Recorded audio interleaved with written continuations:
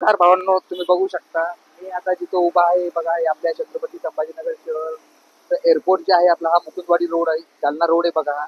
तर परिसर बघा किती छान आहे बघा, मस्त एकदम रोड बघा, झाडं वगैरे बघा एकदम, म्हणजे किती छान वाटतंय शहरामध्ये. जर कधी असं प्रत्येक जागेवर जर कधी असलं तर किती छान वाटेल. म्हणजे जसं G20च्या वेळेस आपल्या छत्रपती संभाजीनगर शहरामध्ये किती छान वातावरण झालं होतं. तर आणखी मला असं वाटतं की जसं आपल्या शहराचं नाव आहे, तर तसंच आपल्या शहरामध्ये पण असे इतके छान असं थोडंसं झाडं म्हणा, असे हे बघा रोड किती छान बघा, कुठली गाडी वगैरे नाही रोडावरती, किती छान एकदम मस्त वाटतंय एकदम. तसंच जर कधी आपल्या पूर्ण शहरामध्ये जर कधी झालं तर किती छान वाटेल. म्हणजे आपल्या शहराला आपलं नाव आणखी चांगलं शोभल.